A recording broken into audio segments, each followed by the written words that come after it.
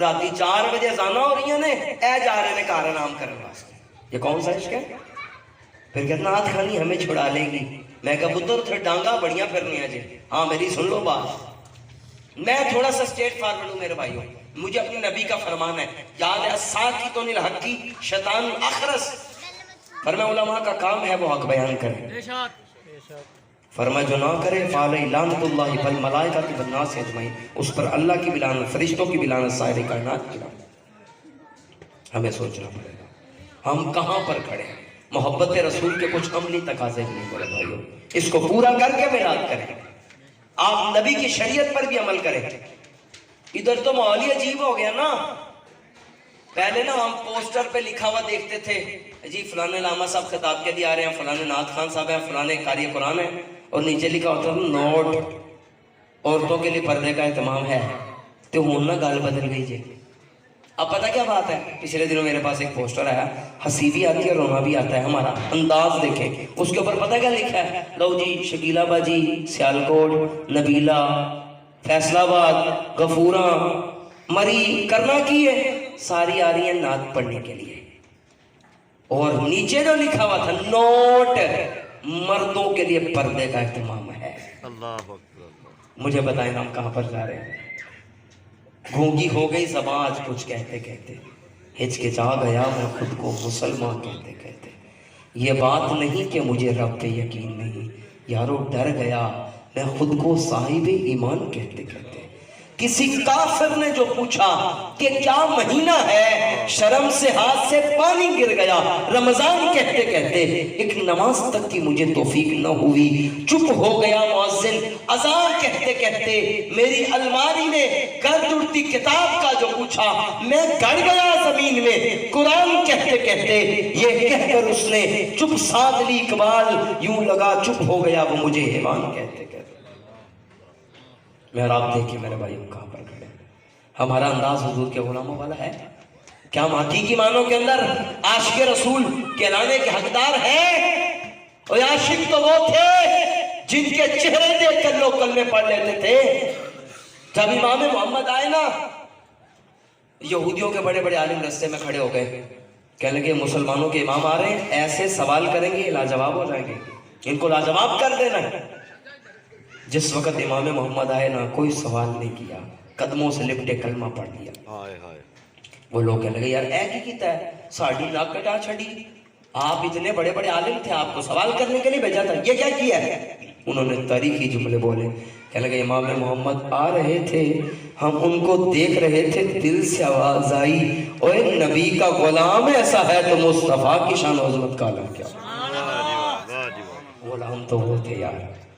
کوئی ہمیں دیکھ کر اسلام سے دور نہ ہو، کوئی ہمیں دیکھ کے اسلام کے قریب آ جائے. میرا اور آپ کا کردار بتائیے نبی کا سچا غلام ہے. عشق رسول ہم سے یہ تقاضا کرتا ہے کہ رشتہ داریوں کو جوڑا جائے. عشق رسول یہ تقاضا کرتا ہے کہ ماں باپ کا احترام کیا جائے. عشق رسول یہ تقاضا کرتا ہے کہ دودھ میں ملاوٹ نہ کی جائے. یار میرے نبی کا نوکر ہو، کلمہ ان کا پڑھنے والا ہو، اور آپس میں باتیں پتہ کیا ہو رہی ہیں؟ تو میرے واسطے مر گیا تو میں تیرے واسطے مر گیا. یہ کون سا اسلام ہے مجھے بتائیں.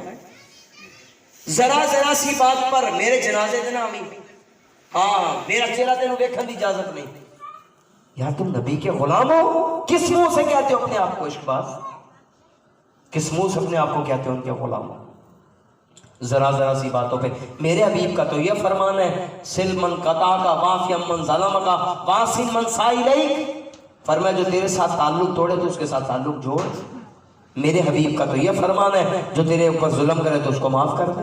میرے حضور کا تو یہ فرمان ہے کہ جو تیرے ساتھ برائی کرے تو اچھائی کر. ایتھے ڈینگا مار دے پھر انہوں نے ایک چپیڑ ماری، میں 10 چپیڑا رکھ کے ماری. جانتا نہیں ہے مجھے میں کون ہوں. واقعی تینوں پہلے نہیں سی جانتے، ہوں پتہ لگ گیا تو کون. حضور کا فرمان لکھا ہوا ہے. حضور فرمانے لگے بہادر وہ نہیں جو کسی کو پچھاڑ دے، بہادر وہ ہے جو طاقت کے باوجود معاف کر دے. اسلام تو یہ ہے. ہم کہاں پر بھٹکتے پھر رہے ہیں. الترغیب و ترہیب کے اندر حدیث موجود ہے. حضرت انس بن مالک راوی حضور تشریف لائے، صحابہ کا جمع کبیر. فرمایا صحابہ سنو، جس کا کوئی رشتہ دار اس سے ناراض ہے وہ اٹھ کر میری مجلس سے چلا جائے. سوچنے والی بات، اتنی بڑی بات حضور نے کہہ دی۔ حضرت ابو ہریرہ نے اپنی مجلس سے بندوں کو اٹھا دیا، ایک صحابی اٹھ کر گئے، کچھ دیر کے بعد واپس آ گئے۔ صحابہ کہتے ہیں کہ ہم نے کوئی سوال نہیں کیا لیکن ہماری نگاہوں میں سوال تھا کہ حضرت آپ کدھر گئے تھے؟ تو انہوں نے پھر خود ہی بتا دیا، کہنے لگے میری پھوپھی جان مجھ سے ناراض تھی، عرصہ دراز ہو گیا تھا، ہماری لڑائی تھی، لیکن آج میرے نبی نے مجلس سے اٹھا دیا۔ فرمایا جاؤ جس کا کوئی رشتہ دار ناراض ہے بنا کے۔ یار ہم لوگ ان باتوں کو سمجھتے ہی نہیں ہیں، مجھے بتائیں کون سمجھے گا ان باتوں کو؟ ذرا ذرا سی باتوں پر ساری زندگی کے تعلقات ختم، بھائی بھائی کا چہرہ دیکھنے کے لیے تیار نہیں، ذرا ذرا سی بات۔ اس کی سب سے بڑی وجہ منفی سوچ ہوتی ہے، ہر بات میں الٹا سوچنا، ہر بات میں الٹا ہی سوچنا۔ منفی سوچ انسان کا بیڑا گرک کر دیتی ہے، اور اگر اچھی سوچ ہو تو انسان ہر چیز میں مثبت پہلو نکال لیتا ہے، اور اگر بری سوچ ہو تو یہاں پر حال پتہ کیا ہوتا ہے؟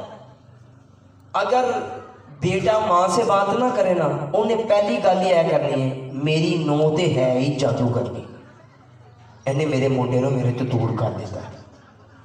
اور اگر شوہر بیوی سے بات نہ کرے، معافی انہیں بھی کوئی نہیں دینی، اس نے بھی پہلی بات آئی کرنی، لو جی میری ساس بہت بڑی جادو کرنی، ویکھ میرے بندے نو میرے تو دور کر چھڑیا۔ ہماری بیویاں جادو سے نیچے تو بات کرتی نہیں نا، لو جی کر صاحب میرے تے جادو ہو گیا دم کر دیو، کی ہویا ہے؟ بہت سخت جادو ہے، ہویا کی یہ کر صاحب میں پہلے 6 گھنٹے سوندی سا، نیند پوری ہو جاندی سی، آج میں 8 گھنٹے ستی رہی ہوں، میں نے پتہ نہیں چلے، لو جی میرے تے جادو ہو گیا۔ کرنے والی بات کر، میرے پہ جادو ہو گیا، کی ہویا ہے؟ ایک روٹی نے رج جاندہ سی، آج دن کھا گیا، یقیناً میرے تے کسی جادو کراتا ہے۔ جادو کا تو ہمارے گھر گھر کا مسئلہ ہے، ذرا سی بات پہ جادو ہو جاتا ہے۔ میں نے کیونکہ مجھ سے لوگ مسئلے وغیرہ پوچھتے رہتے ہیں، پچھلے دنوں کی بات ہے، پچھلے ہفتے کی، مجھے ایک میسیج آیا تو کہتا ہے جی کر صاحب میں نے پوچھنا ہے، مجھے لگتا ہے میرے پہ کسی نے کچھ کروا دیا۔ میں کہا ہویا کی یہ؟ کہتا ہے میں دکان پہ گیا ہوں گھر سے، تو اچانک نا مجھے کوئی چیز چبھی، تو میں جب دیکھے نا تو سیفٹی پن سی، میں حیران ہوں کہ اگر سیفٹی پن گھر سے لگا ہوتا مجھے رستے میں چبھتا، کہیں نہیں چبھا، اتھے جا کے چبھیا ہے، یقیناً کسی نے کوئی جادو کروا دیا۔ دیکھیں کرنے والی بات ہے یار، ہم لوگ نا چھوٹی چھوٹی باتوں، لو جی کینچی نہیں چلانی، کیوں؟ لڑائی ہو جائے گی، کہاں پہ لکھا ہوا؟ کاروں گیا کاروبار تے، اگے ایک بندے نے سلام لیا، انہوں نے اچھا آ گئی، اس نے چھینک ماری، واپس آ گیا، کہنا میرا کاروبار تباہ ہو جائے گا، انہیں چھینک مار دی، میرا کی کام چل رہا ہے؟ کالی بلی آگے سے گزر گئی، دن اچھا نہیں گزرے گا، کہاں پر لکھا ہوا؟ سفر کا مہینہ منحوس ہے، کہاں پہ لکھا ہوا؟ ہم نے اتنی عجیب و غریب چیزیں میرے بھائیوں نکالنی ہیں۔ عشق رسول اس چیز کا تقاضا کرتا ہے کہ ہم حضور کی سیرت کو پڑھیں، اپنے نبی کا انداز دیکھیں، حضور کا کردار دیکھیں، اور ہر ایک کو معاف کرنے والا مزاج پیدا کریں میرے بھائیوں۔ ذرا ذرا سی بات پر لڑ پڑنا، رشتہ داریاں ختم کر لینا، یہ اسلام نہیں ہے۔ اور ماں باپ کی عزت، ماں باپ کے ساتھ حسن سلوک، یہ حضور کی محبت کا سب سے بڑا تقاضا ہے۔ میرے نبی نے تو یہاں تک کہہ دیا، فرمایا صحابہ سنو ماں باپ کا مقام کیا ہے۔ فرمایا صحابہ اور ویسے کرنے مجھ سے ملا نہیں ہے، میرے سامنے آیا نہیں۔ صحابہ کہنے کہ حضور اگر آپ سے اتنی محبت کرتے ہیں تو آ جاتے، صہیب روم سے آئے ہیں، سلمان فارس سے آئے، بلال حبشہ سے، یہ نہیں آ سکتے۔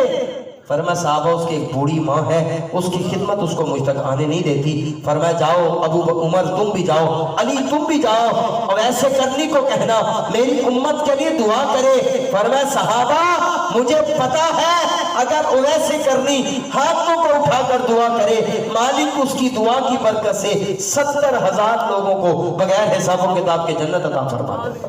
سبحان اللہ جی، ماشاءاللہ۔ کیوں دعاؤں میں قبولیت کیوں آئی؟ کیونکہ ماں باپ کی خدمت کی ہے، اپنی والدہ کی خدمت کی ہے۔ یہاں پر ماں فالج کے اندر گھری ہوئی ہے اور بیٹا پیر کی چوکٹ پہ جھاڑو دے رہا ہے، باپ کو اٹیک ہوا ہے، وہ ہسپتال میں ہے اور یہ پیر کو سلامیاں کر رہا ہے۔ میں نے کہا میری سن لے بات، اس سے رب راضی نہیں ہوگا۔ اقبال نے بھی کہا تھا، کہتا اپنے بھی خفا مجھ سے ہیں، بیگانے بھی نہ خوش، کہ میں زہر ہلاہل کو کبھی کہہ نہ سکا کند۔ کہتا ساری دنیا مجھ سے ناراض ہے، کیوں؟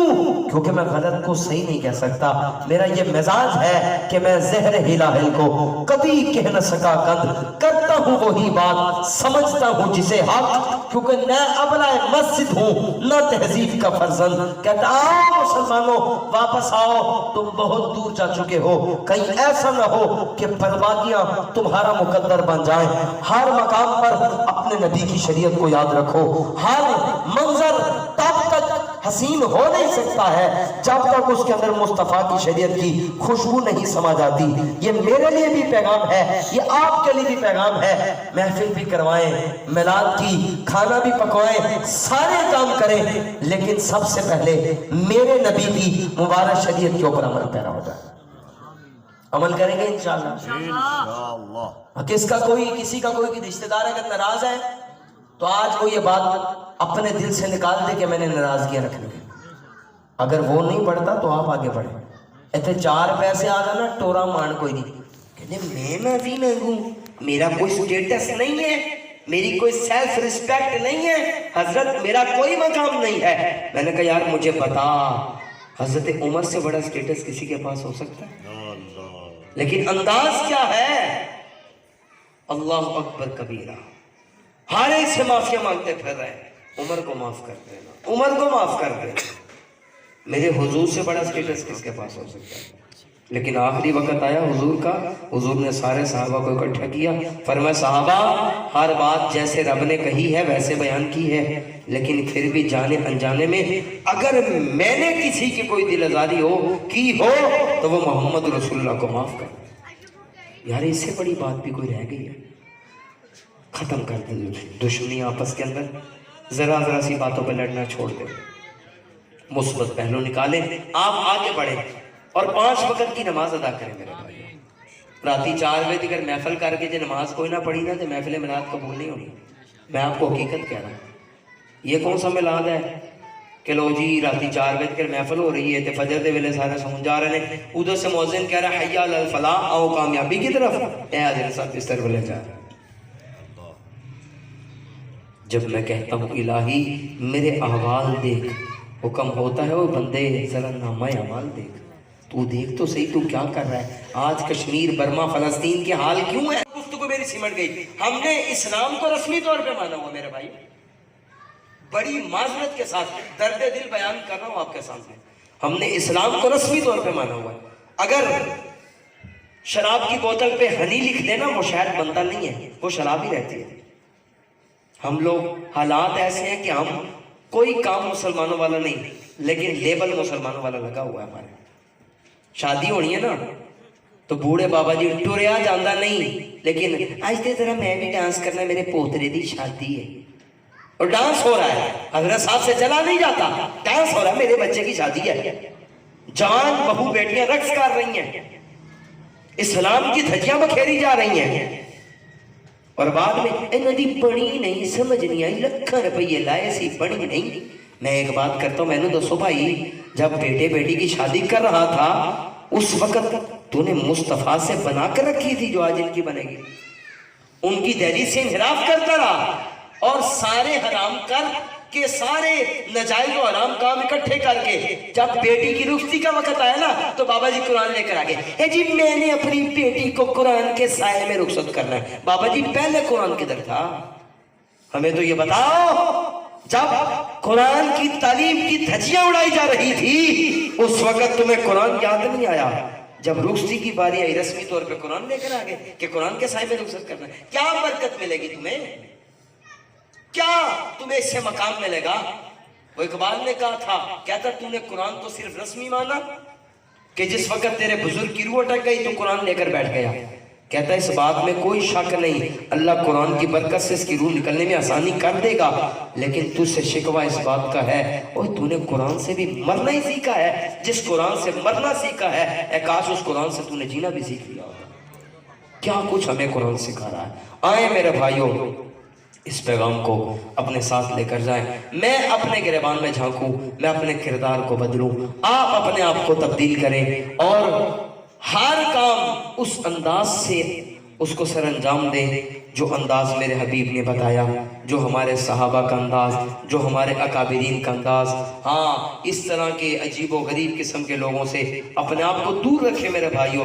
اگر کوئی آپ کے سمجھانے سے سمجھ جاتا ہے اس کو سمجھائیں, اس کو کہ یار یہ میرے نبی کی نعت ہے, یہاں پر تو سانس اونچا لینے کی اجازت نہیں ہے, لے سانس بھی آہستہ, یہ دربار نبی ہے, خطرہ ہے بہت سخت یہاں بے ادبی کا. یہاں پر جبرائیل بھی آتے ہیں تو دستک دے کر آتے ہیں, اجازت ملتی ہے تو آ جاتے ہیں ورنہ پلٹ جاتے ہیں. نعت خوانی کے تقدس کو بھی پامال نہ کیا جائے اور میرے حبیب علیہ الصلوۃ والسلام کی مبارک شریعت پر عمل بھی کیا جائے. حضور کی سیرت کا ایک ایک باب پڑھ کے, ایک ایک حرف, ایک ایک لفظ پڑھ کر اپنی زندگیوں کے اندر تبدیل لائی جائے. اللہ میرے جملوں کو قبول کرے اور آپ سب کی اس محفل کو بھی قبول کرے. انہی اشعار پر میری بات ختم ہو گئی ہے کہ ہم در آقا پہ سر اپنا جھکا لیتے ہیں, ہم در آقا پہ سر اپنا جھکا لیتے ہیں. بتا ارے دنیا تیرا کیا لیتے ہیں, وقت کی قید نہیں یہ ہے کرم کی باتیں, جب بھی محبوب کی مرضی ہو وہ بلا لیتے ہیں. پتھرو تم تو پتھر ہو لیکن میرے آقا تم سے بھی چاہے تو کلمہ پڑھا لیتے ہیں. جب سے دیکھا ہے نیازی وہ ریاض الجنہ, ہم یہیں بیٹھے ہی جنت کی ہوا لیتے ہیں. جب نہیں ملتی کہیں سے بھی سکوں کی دولت تو تیرے دیوانے تیرا میلاد سجا لیتے. وآخر دعواہم ان الحمدللہ رب العالمین وما علیہ الا البلاغ المبین. میں مبارکباد پیش کرتا ہوں اپنے سارے بھائی